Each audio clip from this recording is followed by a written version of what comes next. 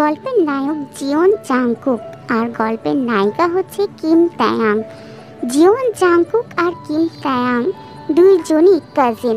মূলত এটা একটা কাজিন লাভ স্টোরি। যাদের কাজিন স্টোরি ভালো লাগে তারা অবশ্যই স্টোরিটা দেখতে পারো। অ্যান্ড স্টোরিটা একটু বেশি বড় হবে, সো বিরক্ত না হয়ে স্টোরির সাথে থাকো।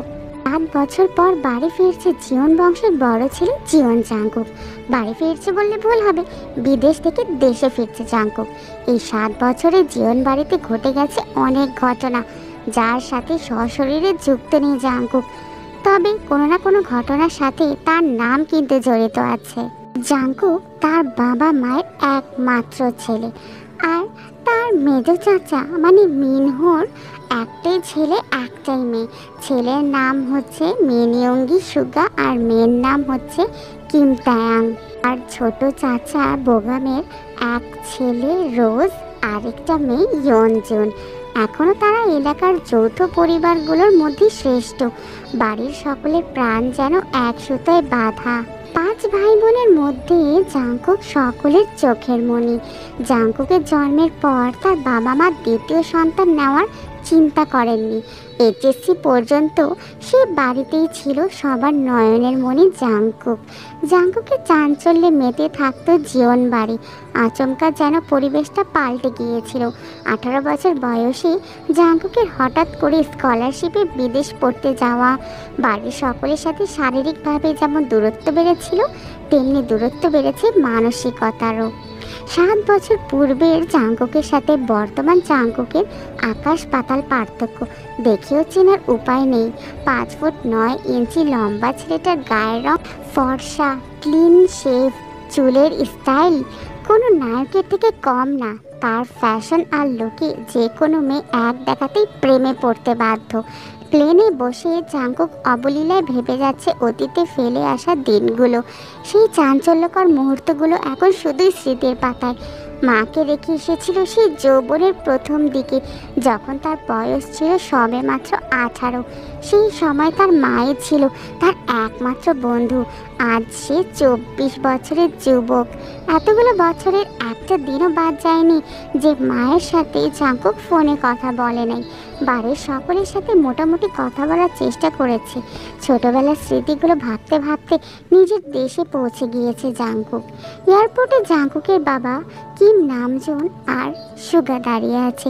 সুগা সম্পর্কে জাংকুকের চাচাতো ভাই, আর তার বয়সে 2 বছরের বড়, কিন্তু দুইজনের বেস্ট ফ্রেন্ড আর কলেজার বন্ধু। সুগা জাংকুককে দেখে দৌড়ে এসে জড়িয়ে ধরল। এই 7 বছরে একবারের জন্য বাড়ি ফেরেনি জাংকুক, তবে প্রতিনিয়ত কথা হয়েছে সুগার সাথে। জাংকুক তার বাবাকে সালাম করে জড়িয়ে ধরল, তারপর বাড়ি ফিরল 3 জন। বাড়িতে যেন হই হই রই রই ব্যাপার হবে নাই বা কেন। বাড়ির বড় ছেলে এত বছর পর বাড়ি ফিরেছে। রান্নাঘরে বাহারি রকমের রান্নার ধুম পড়েছেন মা চাচিদের। হঠাৎ দরজায় জাংকুককে দেখে সবার মধ্যে হইচই শুরু হয়ে গেল। জাংকুকের মা দৌড়ে এসে জড়িয়ে ধরল ছেলেকে। আবেগ আপ্লুত হয়ে মাকে জড়িয়ে ধরল জাংকুক। মমতাময়ী মাকে সেই 7 বছর আগে ছুঁয়েছিল। আজ এত বছর পর মায়ের ছোঁয়া পেল জাংকুক। মা চাচিদের সালাম করলো। সোফায় বসিয়ে ছেলেকে একের পর এক শরবত নাস্তা দিতে ব্যস্ত সবাই। এরই মধ্যে উদয় হলো রোজ আর ইয়নজুনের। রোজের বয়স 14 বছর আর তার ছোট ভাই ইয়নজুনের বয়স মাত্র 10 বছর। ইয়নজুন এই বাড়ির সবচেয়ে ছোট। জাংকুক যখন দেশ ছেড়েছিল তখন ইয়নজুন 3 বছর হয়েছিল মাত্র। ভিডিও কলে দেখতে দেখতে ভাইকে সে একটু একটু করে চিনে দৌড়ে এসে জড়িয়ে ধরেছে জাংকুককে। জাংকুকও জড়িয়ে ধরল ইয়নজুনকে। রোজও জাংকুকের পাশে বসেছে, খুশ গল্প করছে সবাই মিলে। ইয়নজুন তখন জাংকুককে জিজ্ঞেস করলো, ভাইয়া আমার জন্য কি এনেছো? জাংকুক যেই না উঠতে যাবে তখনই মা চাচিরা তাকে উঠতে দিচ্ছে না। আগে শরবত খাবি তারপর উঠবি। জাংকুক সুগার দিকে তাকিয়ে বলল, ওই লাগেজটা নিয়ে আয় তো সুগা।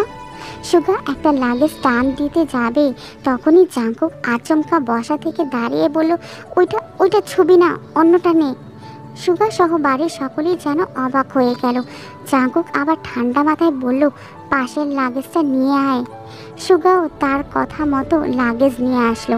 লাগেজ খুলে যে যার মতো জিনিস বের করছে আর জিজ্ঞেস করছে, ওইটা কার, এটা কার। জাঙ্কুক শরবত খেতে খেতে উত্তর করছে। ইয়ঞ্জনের জন্য বিদেশি দামি দামি খেলনা, রোজের জন্য ড্রেস, কসমেটিক্স বক্স, মা কাকিদের জন্য অনেক গিফট, সুগার জন্য মোবাইল, একটা ল্যাপটপ, অন্যান্য গিফট, আলাদা আরেকটা ল্যাপটপও আছে। রোজ তখন জিজ্ঞেস করলো, ভাইয়া এই ল্যাপটপটা কি তোমার? জাঙ্কুক উত্তর দিল, না তো, এটা হচ্ছে তের। তের মা তখন বলল, তের ল্যাপটপ কি দরকার ছিল বাবা? জাঙ্কুক তখন বলল, আহা চাচি, ওর তো এইচএসসি পরীক্ষা শেষ, সামনে অ্যাডমিশন টেস্ট আছে, অনেক কিছু জানার বা পড়ার দরকার আছে, মোবাইল দেখে পড়ার থেকে ল্যাপটপের সুবিধা হবে, তাই নিয়ে আসলাম। রোজ তখন বলল, আমার জন্য নিয়ে আসতা একটা।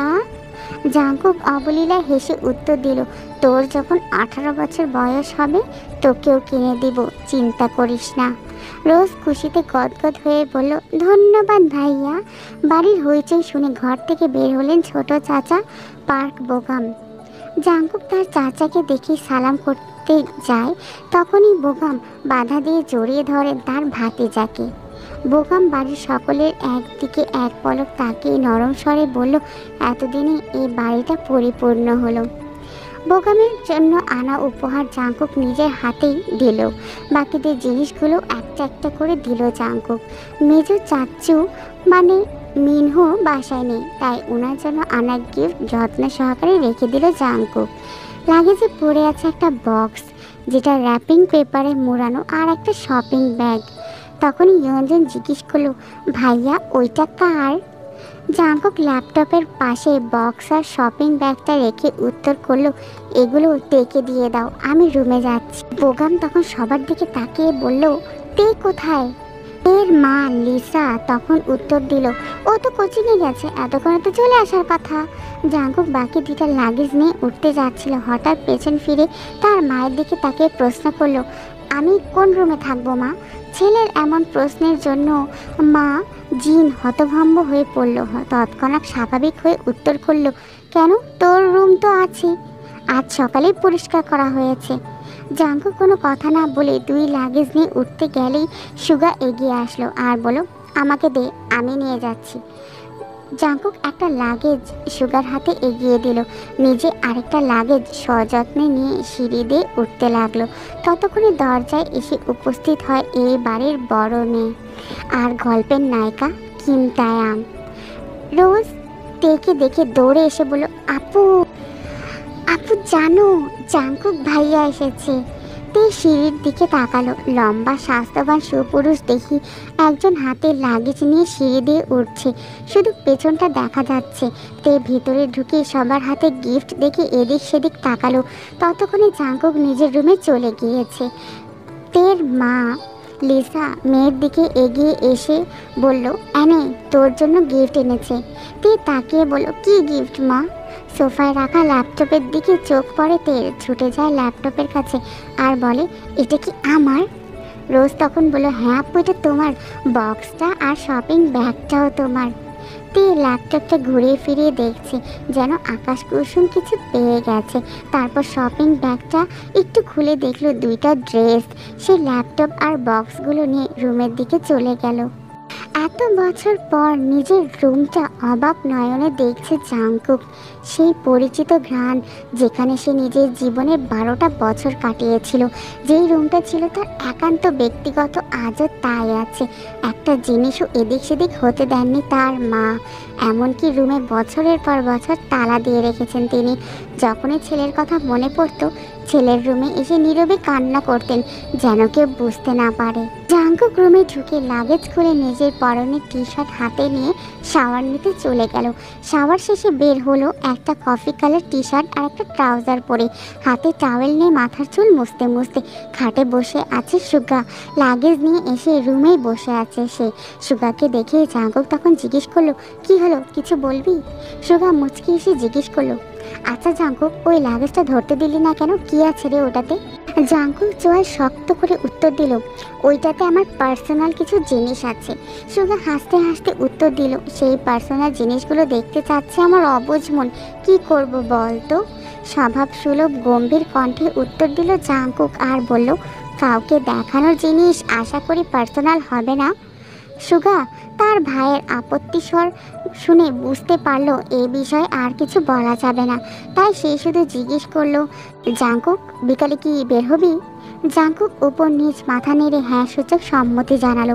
সুগা কথা না বাড়িয়ে চুপচাপ বিদায় নিল রুম থেকে। জাঙ্কুক খাটের এক কোণায় বসে মোবাইল হাতে নিয়ে গুরুত্বপূর্ণ কিছু চেক করতে ব্যস্ত হয়ে পড়ল। তে নিজের রুমে ঢুকে শপিং ব্যাগ খুলে 3টা ড্রেস বের করলো। 3টা জামাই অসাধারণ সুন্দর, 2টা গাউন ড্রেস আর একটা গর্জিয়াস কাজের 3 পিস। ল্যাপটপটাও খুলে দেখে তার প্রয়োজনীয় সকল অ্যাপ ব্রাউজার অলরেডি ল্যাপটপে সেট করা আছে। তের দৃষ্টি যায় র্যাপিং পেপারে মোড়ানো বক্সের দিকে। র্যাপিং পেপার খুলতেই চোখে পড়ে 3টা উপন্যাসের বই, যেগুলোর উপরে ছোট্ট একটা চিরকুটে লেখা, অ্যাডমিশনের পরে পড়বি এগুলা। তার সাথে একটা ছোট্ট বক্স, যেখানে এক বক্স রঙিন পাথর। তের এই পাথরগুলো ছোটবেলায় খুব পছন্দ ছিল। তার সাথে একটা আইফোন 30 প্রো ম্যাক্স মোবাইলের বক্স।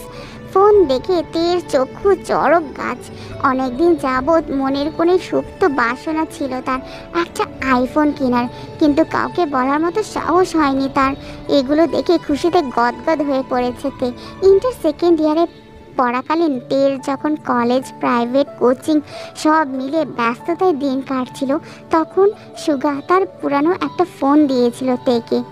সিমটাও ছিল সুগার। বাসার মানুষের বাইরে শুধু 3 থেকে 4 জন বান্ধবীর নাম্বার ছিল সেই ফোনে। এমনকি স্যারদের কেউ নাম্বার দিতে নিষেধ করেছিল কড়া ভাষায়। সুগা বরাবরই বোনের ব্যাপারে খুবই সিরিয়াস। ভাইরা বোনকে শাসন করে ঠিক আছে, কিন্তু সুগা তেকে একটু বেশি শাসনে রেখেছে এত বছর। এইচএসসি পরীক্ষা চলাকালীন সময় নিজের মায়ের পেটের ভাই সুগাকে খুব সাহস করে বলেছিল, ভাইয়া পরীক্ষা শেষ করে আমায় একটা নতুন ফোন কিনে দিবে? অগ্নি দৃষ্টিতে তাকিয়েছিল সুগা, যেন মস্ত বড় অন্যায় করে ফেলেছে তে এই কথাটা বলে। তারপর তে নতুন ফোনের আশা পুরোপুরি ছেড়ে দিয়েছিল। আজ সে না চাইতেই আইফোন পেয়ে গেছে, ল্যাপটপ পেয়ে গেছে। এ যেন মেঘ না চাইতে বৃষ্টি। আনমনে ভাবছে তে, মনে হয় সুগা ভাইয়া বলেছিল ফোন আনতে আর ল্যাপটপ আনতে, না হলে জাঙ্কুক ভাইয়া কিভাবে জানবে আমার ফোন নেই। এদিকে 1 ঘন্টা যাবৎ ফোনে মনোযোগ দিয়ে কি যেন কাজ করছে জাঙ্কুক। হঠাৎ ইয়ঞ্জন দৌড়ে এসে দাঁড়ালো দরজায় আর বলল, ভাইয়া তোমায় খেতে ডাকছে। জাঙ্কুক তখন বলল, তুই যা, আমি আসছি। 10 মিনিটের মধ্যে সাদা শার্ট পরে রেডি হয়ে নিচে নামলো জাঙ্কুক। অসময় তেমন কেউ নেই নিচে। বিকাল 4টা বাজে। সবার খাওয়া শেষ অনেক আগেই। জিন বসেছিল ছেলের জন্য। ছেলের ফিটফাট হয়ে রেডি হওয়া দেখে জিন তখন জিজ্ঞেস করলো, কোথাও যাবি জাঙ্কুক? জাঙ্কুক তখন বলল, হ্যাঁ মা, একটু কাজ আছে। জাঙ্কুক চুপচাপ খাবার খাচ্ছে। ছোটবেলায় যা যা সে পছন্দ করতে সব রান্না হয়েছে আজ। সব খেতে পারেনি, যতটুকু সম্ভব খেয়ে উঠে পড়েছে। এরই মধ্যে সুগা হাজির হয়েছে। জাঙ্কুককে দেখে সুগা তখন বলল, জাঙ্কুক আমি রেডি, এখন যাবি নাকি লেট হবে? জাঙ্কুক তখন বলল, আরে এখনই বের হব। জিন তখন রান্নাঘর থেকে ডেকে বলল, গাড়ি নিয়ে বের হবি না, চাবি নিয়ে যা। জাঙ্কুক তখন বলল, চাবি লাগবে না মা, আমি গাড়ি নিব না। এই কথা বলে 2 ভাই বের হয়ে গেল। যৌথ পরিবারে সব কিছু ঠিক থাকলে সমস্যা শুধু হচ্ছে সুগা।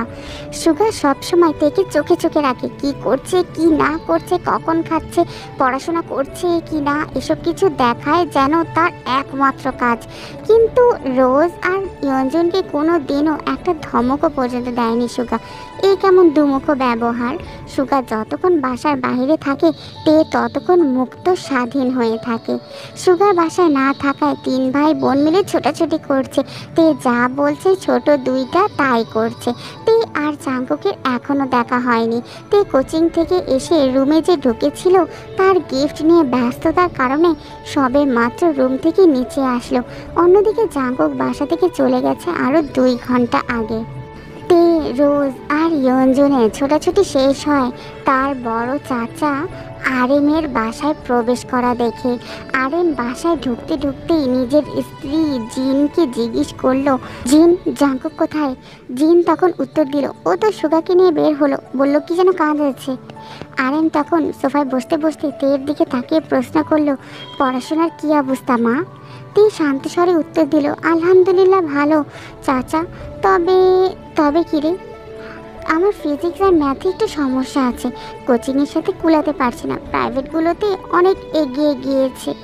আরেন তখন বলল, ঠিক আছে, তোর জন্য প্রাইভেট টিউটর নিয়ে আসবো, কাল বা পরশুর মধ্যে ম্যানেজ করব। তুই চিন্তা না করে মন দিয়ে পড়াশোনা কর, ঠিক আছে মা? তোর বড় ভাই সুগা তো আমার কোনো কথাই শুনে না, আর না শুনে তোর বাবার কথা। কোথা থেকে মাথায় ভূত চেপেছে রাজনীতি করবে, পড়াশোনায় গুরুত্ব না দিয়ে রাজনীতিতে গুরুত্ব দিচ্ছে। তুই পড়াশোনা করে ভালো কর, মেডিকেল অথবা ঢাকা বিশ্ববিদ্যালয়ে যেন চান্সটা হয়ে যায়। জি বড় আব্বু, আমি চেষ্টা করব। খেয়েছিস কিছু মা? রোজ তখন দৌড়ে আসলো আর বলল, হ্যাঁ বড় আব্বু, আমরা খেয়েছি। ঠিক আছে, এখন রুমে গিয়ে পড়তে বসো। তিন ভাই বোন কোনো কথা না বলে তিন দিকে যার যার রুমে চলে গেল। রাত 9টায় বাড়িতে ঢুকলো জাংকুক আর সুগা। খাবার টেবিলে খেতে বসেছে তিন ভাই আর ইয়ঞ্জুন। রোজ তে কেউ নেই, রান্নাঘরে তিন যা খাবার রেডি করছেন। বিকালে জাংকুক সাদা শার্ট পরে বেরিয়েছিল, সাদা শার্টে 2-3 জায়গায় একটু একটু রক্ত লেগে আছে, আর জাংকুকের হাতে 3টা ব্যান্ডেজ লাগানো। নজরে পড়ে ছোট চাচা পার্ক বোগাম তখন জাংকুককে জিজ্ঞেস করলো, কিরে জাংকুক, তোর হাতে কি হয়েছে? শার্টেই বা দাগ কিসের? এই কথা শুনে ছুটে আসলো জিন আর বলল, কি হয়েছে জাংকুক, কি হয়েছে আমার বাবার? বুকের ভেতরটা ছ্যাদ করে উঠল। একমাত্র ছেলের শরীরে একটা আঁচড়ও মা সহ্য করতে পারেন না। জাংকুক তখন বলল, তেমন কিছু না মা, হাতে একটু লেগেছিল, ঠিক হয়ে যাবে, চিন্তা করো না। আর কথা না বাড়িয়ে সিঁড়ির দিকে চলে গেল জাংকুক। আরে ছেলের দিকে তাকে প্রশ্ন করলো, খাবে না জাংকুক? না বাবা, বিকালে খেয়েছি, খিদা নেই, এই বলে রুমের দিকে চলে গেল জাংকুক। জাংকুকের কণ্ঠ শুনে তে রুম থেকে বের হলো তাড়াতাড়ি। এতগুলো গিফট দিল, অবশ্যই ধন্যবাদ জানানো উচিত জাংকুক ভাইয়াকে। 7 বছরে জাংকুকের মুখটাও দেখেনি সে। কিন্তু তের রুম থেকে বের হতে হতেই জাংকুক তার রুমে ঢুকে পড়ল। তের চোখ মুখে নীরবতা। নিচে গিয়ে সবার সাথে খেতে বসলো। সুগাও খেতে বসেছে হাত মুখ ধুয়ে। তখনই বোগাম সুগার উদ্দেশ্যে বলল, তুই তো ছিলি জাংকুকের সাথে, কি হয়েছে বল? সুগা তখন বলল, চাচ্চু, আমি তো জাংকুকের সাথে বের হয়েছিলাম, কিন্তু পরে আমি পার্টি অফিসে চলে গিয়েছিলাম, তাই সঠিক জানি না। তে যেন কিছুই বুঝতে পারছে না। বাড়িতে এসেছে 7 থেকে 8 ঘন্টা হয়ে গেল মানুষটার, অথচ সে এখনো দেখেইনি তাকে। তার মধ্যে আবার কি অঘটন ঘটিয়ে ফেলেছে। তে শুধু তার চাচ্চু আর ভাইয়ের মুখের দিকে তাকাচ্ছে বারবার। আরেন তখন গম্ভীর কণ্ঠে সুগাকে বলল, সে তো তোমার ভাই কম বন্ধু বেশি, তাকে বলে দিও কোনো প্রকার মারপিট আর রাজনীতিতে যেন না জড়ায়। আর এটাও বলে দিও তার বয়সটা কিন্তু আমি পার করে এসেছি, তাকে দেশে এনেছি মারপিট করার জন্য না, আমাদের ব্যবসার হাল ধরার জন্য। সুগা তখন বলল, আসলে বড় আব্বু, শুধুমাত্র জাংকুকের হাতটাই তো কেটেছে। তখন আরেন ধমক দিয়ে বলল, থাক, আমায় আর কিছু বোঝাতে হবে না তোমার। কোনটা মারপিটের কাটা আর কোনটা স্বাভাবিকভাবে কেটে যাওয়া তা আমি ভালো করেই বুঝি। তুমি তো নিজের রাস্তা বেছেই নিয়েছো, অন্তত তাকে বোঝাও এসবে যেন না জড়ায়। সুগা তখন মাথা নিচা করে বলল, জি বড় আব্বু। তে আচমকা প্রশ্ন করে বসলো, কি হয়েছে? সুগা তের দিকে চোখ রাঙিয়ে তাকায় আর বলল, তুই চুপচাপ খা। বোগাম বড় ভাইয়ের দিকে তাকিয়ে বলল, জাংকুক কেন মারামারি করবে? এত বছর বাইরে ছিল ছেলেটা, ওখানে ওর কি এমন শত্রু আছে? বাড়ির সবার মধ্যে নীরবতা, কেউ কোনো কথা বলছে না। তে তখন মনে মনে ভাবছে, জাংকুক ভাইয়া মারপিট করেছে, কিন্তু কেন? এত বছর ভাবতাম আমার ভাই সুগা পচা, রাজনীতি করে, আমার শাসন করে, কিন্তু এখন তো দেখা যাচ্ছে জাংকুক ভাইয়াও কম না। জাংকুক ভাই তো পুরোই একটা হিটলার।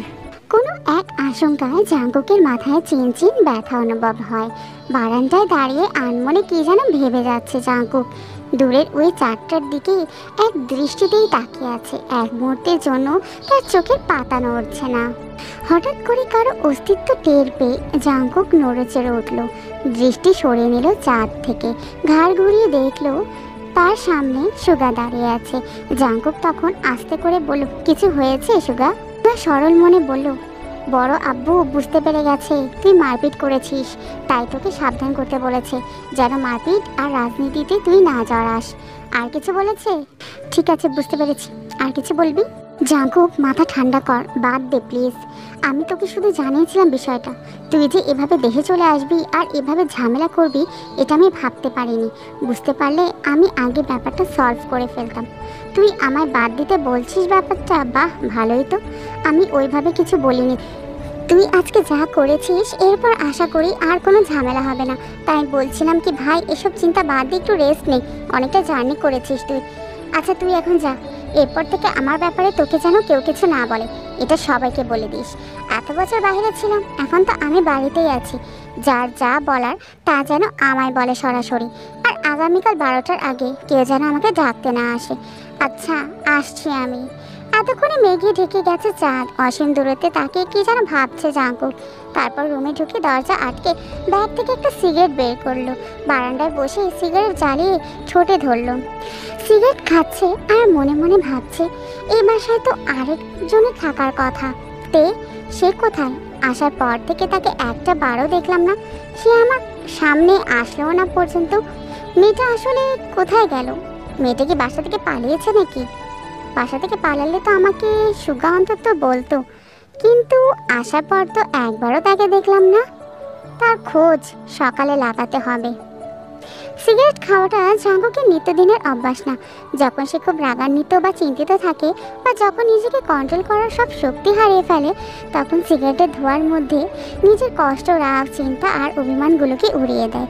সিগারেটে কয়েকটা টান দিয়ে সিগারেটটা ফেলে দিল। তারপর টান টান হয়ে শুয়ে পড়লো নিজের বিছানায়। মাথার নিচে দুহাত রেখে চোখ বুঝলো আর তের কথা ভাবতে লাগলো। অপরদিকে তে খাওয়া দাওয়া শেষ করে রুমে 2-3 ঘন্টা টানা পড়াশোনা করলো। এইচএসসি পরীক্ষা শেষ হলো 1 মাসে হয়নি, কিন্তু পড়াশোনা যেন 3 গুণ বেড়ে গেছে। অ্যাডমিশন একটা মস্ত বড় যুদ্ধ, যার একমাত্র অস্ত্র হলো পড়ালেখা আর সাথে ভাগ্য তো আছেই। এইচএসসির রেজাল্ট কবে দিবে তার কোনো ঠিক নেই। তে পাশ করবে কিনা তাও জানে না সে, কিন্তু অনিশ্চিত ভবিষ্যতের জন্য প্রস্তুতি আগেভাগে নিতে হচ্ছে তার। পড়া শেষ করে নিজে বিছানায় ঘুমিয়ে আছে তে। হাতে তার নতুন মোবাইল, কিন্তু করবে কি? না আছে মোবাইলে ফেসবুক আর না আছে অন্য কোনো অ্যাকাউন্ট। ইউটিউব ঢুকে কয়েকটা ভিডিও দেখে মোবাইলটা রেখে দিল।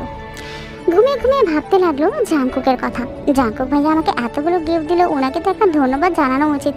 কিন্তু ওনার সামনে আমি ভয় দাঁড়াতেই তো পারবো না, ধন্যবাদ জানাবো কিভাবে? তীর মনে পড়ে গেল অতীতের সেই দিনগুলি। তীর সবে মাত্র 5ম শ্রেণীতে উঠেছিল। বয়সে গণ্ডি 9 থেকে 10-এর মাঝামাঝি। তখন তীর একটা বন্ধু হয়েছিল, তার নাম ছিল কাই। ছেলেটা স্কুলে নতুন এসেই বন্ধুত্ব করেছিল তের সাথে। ছোটবেলা পিচ্চিদের বন্ধুত্ব যেমন ছিল, চকলেট শেয়ার করা, টিফিন শেয়ার করা, একসাথে খেলাধুলা করা, একটা সপ্তাহ হয়নি তাদের বন্ধুত্বের। 7 দিনের মাথায় জাঙ্কুক স্কুলে গিয়ে তে আর কাইকে একসাথে খেলতে দেখলো। স্কুলে সবার মাঝখানে তের গালে কয়েকটা থাপ্পড় বসিয়ে দিল আর রাগান্বিত স্বরে বলল, তোকে যদি আর কোনো দিনও কোনো ছেলের সাথে কথা বলতে বা খেলতে দেখি তাহলে তোর খবর আছে তে। তারপর তেকে টানতে টানতে বাড়িতে নিয়ে গেল। একটাবার তের দিকে পর্যন্ত দেখলো না। দুগালে জাঙ্কুকের 5 আঙ্গুলের দাগ বসে গেছিল। সেই যে থাপ্পড়টা দিয়েছিল তে 1 সপ্তাহ জ্বরে পড়েছিল। তে ছোটবেলা থেকে খুব অভিমানী ছিল। ছোট্ট মেয়ে পরের ভয়ে আর আতঙ্কে আর কখনো জাঙ্কুকের দিকে চোখ তুলেও পর্যন্ত তাকায়নি। কথা বলা তো দূরে থাক, জাঙ্কুক বাসায় থাকাকালীন রুম থেকে বেরই হয়নি তে। জাঙ্কুকও কখনো খোঁজ নেয়নি তের। ছোট্ট তের মনে তখনই জন্ম নেয় জাঙ্কুকের প্রতি অভিমান, সীমাহীন অভিযোগ, কষ্ট আর বিতৃষ্ণা। 2 বছর পর দেশ ছাড়ে জাঙ্কুক। এই সময়ের মাঝে তে জাঙ্কুকের সাথে এক টেবিলে খেতেও বসতো না। জাঙ্কুককে দেখলেই যেন ছুটে পালাতো তে। বিদেশ যাওয়ার পর জাঙ্কুকও তের তেমন কোনো খোঁজ খবর নেয়নি। মাঝে মাঝে তার কথা জিজ্ঞেস করলেও তে যখন জাঙ্কুকের সাথে কথা বলতে চাইতো না ভয়ে, তখনই জাঙ্কুক তার ব্যাপারে সব কিছু খোঁজ খবর নেওয়া বন্ধ করে দিয়েছিল। কিন্তু এত বছর পর জাঙ্কুক বাড়ি ফিরেছে, এখনও দেখা হয়নি তার সাথে। এরই মধ্যে মারপিট করা শুরুও করে দিয়েছে। ছোটবেলায় অনুভূতি প্রকাশ করতে না পারলেও আজ জাঙ্কুকের কর্মকাণ্ডের কথা শুনে তের মনে একটা নামে ঘুরপাক খাচ্ছে, সেটা হলো হিটলার। হিটলারের সাথে জাঙ্কুকের কতটা মিল বা বেমিল তা বিবেচনা করার বিন্দুমাত্র ইচ্ছে নেই তার। মাথায় একটা চিন্তায় ঘুরপাক খাচ্ছে, জাঙ্কুক ভাইয়াকে যেভাবেই হোক ধন্যবাদ জানানো উচিত। তে আবারও ভাবতে লাগলো, আমি কি পারবো জাঙ্কুক ভাইয়ার সামনে দাঁড়াতে বা জাঙ্কুক ভাইয়ার সাথে কোনো রকমের কথা বলতে?